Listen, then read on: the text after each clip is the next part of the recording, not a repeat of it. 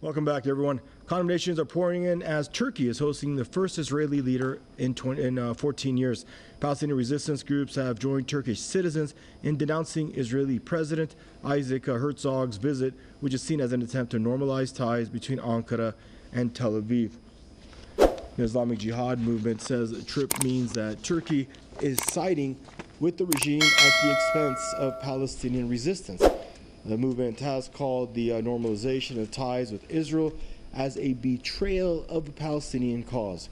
Hamas also expresses concerns over recent trips of Israeli officials to regional countries. The resistance group has called on Arab and Muslim governments to show greater solidarity with Palestinians and not allow the regime to make inroads throughout the region. Herzog's visit has sparked street protests in Turkey. In a Istanbul protest, people remembered the deadly Israeli raid on a Turkish aid ship to Gaza in 2010.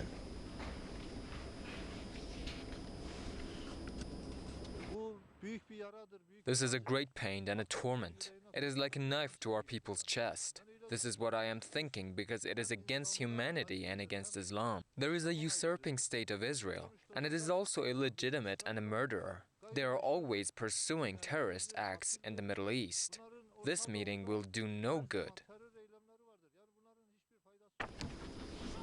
Protesters urged their government to correct what they call the mistake of boosting ties with the regime. Turkey's relations with Israel have seen some ups and downs. Ankara recalled its envoy after a deadly raid on that humanitarian ship in 2010, which was part of a flotilla trying to breach a blockade on the Gaza Strip. Turkey's relations with the regime gradually improved, but then soured again in 2018 in the wake of Israel's deadly attacks on Gaza protesters. And now Turkish President Recep Tayyip Erdogan and Herzog have proclaimed a new era in ties following this Ankara meeting. Erdogan says Herzog's visit will be a turning point in Turkey-Israel relations. And joining us now from Madison, Wisconsin is Dr. Kevin Barrett, author and Middle East affairs expert. Hello, Dr. Barrett. Always a pleasure to check in with you, sir. Hope you're doing well. Recep Tayyip Erdogan called Israel, it wasn't even less than 2.5 years ago, child killer regime, and now he's befriending them. Your thoughts?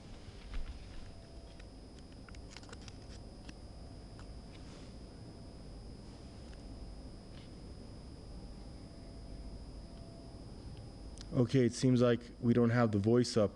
Can we get Dr. Barrett's voice fixed, guys? Or, all right, you know what, Dr. Barrett, we can't hear you. We could see you and we could see your lips moving, but apparently the sound. Can you try to speak one more time? Okay. I'm hearing myself. There we go. Go ahead. Go ahead. Start over. Thank you. Go ahead. Okay. So yeah, this is absolutely shameful, and Erdogan is right. The Zionists are child killers, and he should be principled and stand against this ongoing genocide of Palestine. Instead, Erdogan, being the consummate opportunistic politician, plays off different sides against each other, cuts deals, and ultimately is not particularly principled in terms of standing on what's right. And there's a whole history behind this, of course. Turkey has been the home of the proto-Zionists for centuries, the Sabbateans, and they have tremendous influence in Turkey. They were the backbone of the Young Turk movement and the people who tried to erase Islam from Turkey. So Erdogan pretends to represent the Muslims of Turkey. He pretends to be bringing Islam back to its central place in Turkish culture.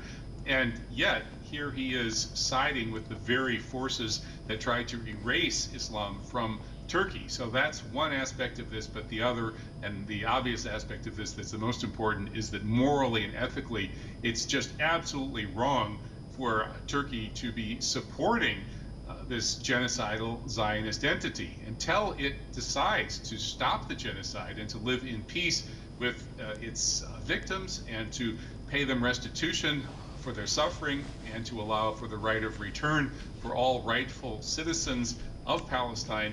This is an outlaw state, and Turkey, following the terrible example of the Gulf despots and others who have been scrambling to try to grab a few crumbs from the Zionist table and kissing up to them, they don't need to do that. Turkey is too strong. They don't need to do this. It's just a total disgrace. And that's going to bring me to my second question, Dr. Barrett. You know the Middle East expert, I'm sorry, the Middle East better than most experts is what I was trying to say. So in your best guess, why, and why now, the ramifications, the timing, why do you think Ankara is making such a move? We know Erdogan, how he feels supposedly at heart on this matter. So why this political / like you mentioned, off the table, this business move? What do you think he's getting for it, or why do you think he's doing it at this point in time? Well, I think politically he might be facing some uncertainties. And unfortunately, the Zionists have a lot of power in many places. They control the international media. They control much of Western finance, the biggest banks, the IMF, the Basel Swiss bank that basically allows the world banks to print money. So there's this huge media power and banking power that's associated with Zionists, and they use that power to their own advantage by basically bribing leaders to go along with their nefarious plans. And so Erdogan is a political opportunist. He would call himself a realist, but ultimately opportunism and cynicism is what it amounts to. And I'm sure that there is some sort of political trade-off where his rule will be enhanced and bolstered and stabilized by making this devil's alliance with this powerful but evil Zionist entity. As for the details, I'm not aware of them precisely, what they promised him, what they would do for him if he did this, but there's got to be some kind of quid pro quo, and I hope that the honest journalists in Turkey will expose it. Good stuff, sir. Always a pleasure to check in with you. Stay safe. From Madison, Wisconsin, Dr. Kevin Barrett there joining us.